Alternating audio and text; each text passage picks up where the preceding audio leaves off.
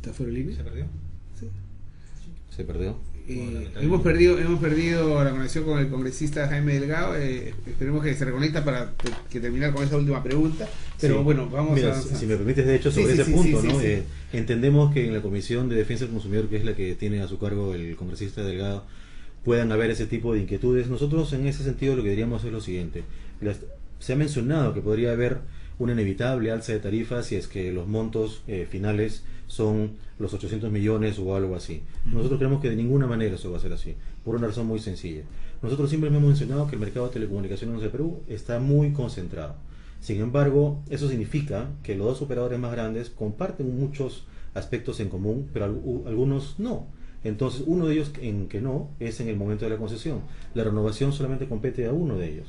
Por tanto, el otro está en perfecta capacidad de responder si es que el otro operador empieza a pensar en subir los precios. Rápidamente va a comercializar tarifas menores y por lo tanto por el mercado entre los dos competidores eso se va a resolver. Pero siendo un duopolio y esperando ya el otro operador también un proceso de renovación, ¿no tendría incentivos también Faltan para...? una buena cantidad de años para eso. ¿Así cuánto falta para...? Sí, 7, ¿no? Sí, Para la renovación entonces Sí, tendría una eso- ventana de oportunidad bastante interesante. claro que sí. De modo que en el corto plazo sí podría haber un comportamiento así. Es decir, sí tienen muchos intereses en común, pero en ese aspecto no. Entonces en precios no. Luego el otro importante que es ver en cuánto puede ser el orden de magnitud. Entonces mencionábamos hace un momento la cifra de 20 o 30 millones, que es la que Pero 800, el operador sí. argumenta que es lo que en el peor de los casos debería, si no es gratis, que sea 20 millones de dólares. Nosotros decimos Congresista. que eso no aplica. Sí. Aló. Congresista Delgado. Buenas tardes. Lo perdimos por un minuto. ¿Nos puede oír? Aló. ¿Aló? Sí, buenas tardes, señor, dígame. No, perdón, estábamos conversando con el congresista Delgado. ¿Está usted con él? Sí, pero estoy en este momento hablando por la otra línea. ¿Algún mensaje? Nada, dígale que lo llamaron de la mula. Sí, estábamos con él. Sí. Solo quería cerrar la idea, ¿no? No es correcto plantear como comparativo de valor una cifra de 20 o 30 millones, porque el valor de un negocio con espectro es muy diferente para un operador nuevo que no tiene absolutamente nada en el país en comparación con un operador que ya está absolutamente establecido. ¿Por qué? Por la sencilla razón de que el que ya está establecido va a ahorrar en los siguientes 20 años que tendría muchas de las inversiones que desarrolló en sus primeros 20 años. Mientras que el entrante tiene que invertir muchísimo, lo cual reduce su disposición a pagar por el espectro. El que ya está establecido, todo eso lo ahorra. O sea, Una ese licitación ahorro, ganaría Telefónica. o sea, en todo caso. Sin la menor duda. O sea, digamos, Sin la a menor Telefónica le convendría ir a una licitación abierta. Totalmente. Tiene los clientes, tiene la red, tiene todo, ¿no? Porque la igualdad de condiciones no sería una igualdad Siempre de condiciones. ofrecería menos. Siempre ofrecería más. siempre- Por definición, siempre Siempre ofrece sería más. más porque tiene más capacidad. Tiene más de- capacidad. Por tanto, esa distancia que hay entre los 20 millones y los 800 millones tiene esa explicación. Ahora, si no es 800, sino 100 menos o 100 más, y habría que afinar los cálculos, pero como concepto no es válido tomar como punto de referencia lo que le costó a América Móvil en el Perú o lo que había en otros mercados de América Latina que está en ese orden, ¿no? De 20 o 30 millones. Ahora, la clave para entender este tema viene a ser sobre todo por el tema del espectro, ¿no? Esto no se puede trasladar a otras concesiones como de larga distancia o de telefonía fija. O sea, ¿es por la escasez del recurso o es en general un tema que se aplica a cualquier tipo de concesiones? Aplica en particular al espectro, que por naturaleza es un recurso sumamente escaso. Y en ese sentido, en realidad, para que este resultado final sea exitoso y encaje con los objetivos de política que el gobierno nuevo está emprendiendo, vale la pena enmarcarlo dentro de otras futuras asignaciones de espectro que van a haber, tanto en la banda del 900 como en la banda de 1700. Eso tiene que crearse condiciones para estimular la competencia, que tema sobre el cual ya hemos hablado antes.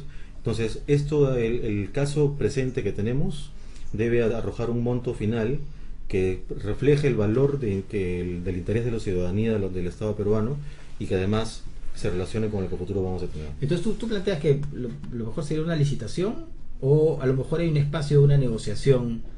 Hay perfectamente un espacio de ¿Cuáles son los negociación. escenarios? O sea, Rosana hablaba, ¿no? Uno es renovar inmediatamente y ir a una Sí. licitación. ¿Cómo resumirías tú los escenarios posibles? Mira, el caso más simple es que sean nuevos 20 años para el operador que ya tiene las bandas. Espaciar 20 años nuevamente la decisión. Y entre 20 años ya No, no, no, lo que hacemos. me refiero a esto, simplemente expandir por 20 nuevos años Ya. la concesión que ya existe. Ese es el escenario más directo. Pero eso, estamos de acuerdo, se ha planteado que no sea 20 sino a 10, que sea escalonado. El operador plantea su interés que sea 20, perfecto, que sea 20, pero con el valor que reconozca ese plazo de 20 años, porque como sabemos, una concesión a 20 obviamente vale mucho más que Pero 10. 10 años en telecomunicaciones es muy poco tiempo. Es muy poco, Sí. así es, para efectos de programación de inversiones, Sí. ¿no?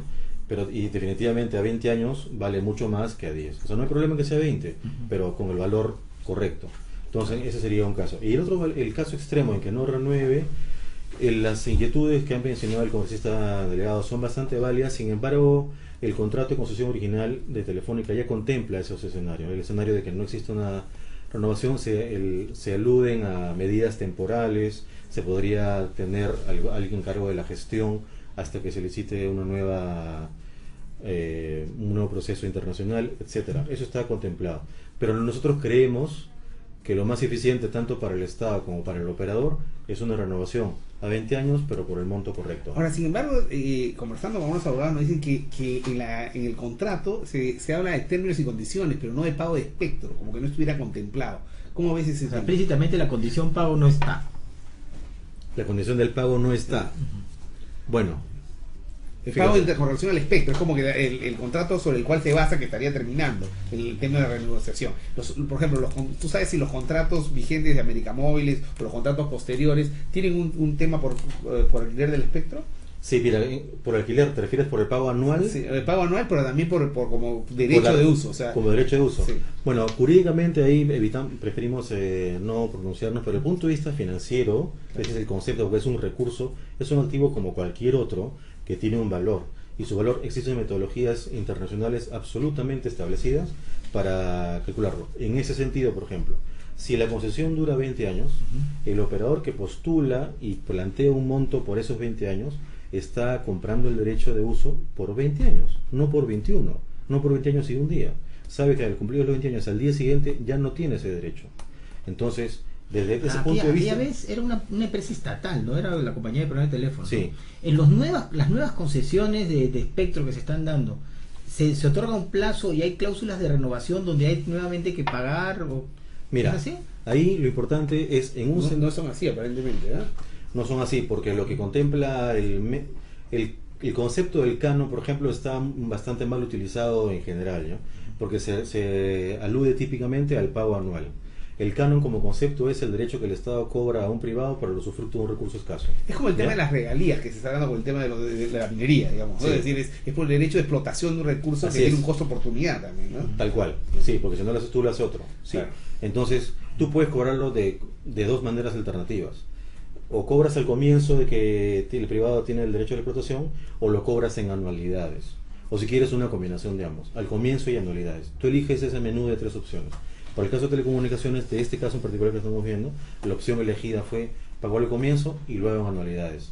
Pero cumplidos los 20 años, tenemos que sentarnos a conversar de cómo se va a pagar eso en el futuro. ¿Y a ti no te preocupa, Carlos, que el trato de, digamos, esta renovación del contrato de los móviles en Telefónica en Lima incremente un poco la tasa de riesgo de la inversión en el país? Como que habría una sensación de que no se está tratando bien a un inversionista como Telefónica, que tantos juegos tiene en este gallinero, digamos. Es decir, ¿no te preocupa las repercusiones que pueda tener la negociación y un mal acuerdo con Telefónica en términos de que se rompan los palitos? Sí, por eso lo citábamos al comienzo, que como concepto se trata de que apostar por una renovación, sí, y al monto correcto, y con eso queremos decir de que cualquier cifra final que la autoridad, que el Estado defina, debe tener una sustentación financiera, técnica muy solvente. Entonces ahí la cifra precisa hay que verla. Lo que no podemos plantear es una cifra que técnicamente no sea defendible, ¿no? Jurídicamente es otro ámbito que prefiero no tocar, pero técnicamente el punto de vista financiero,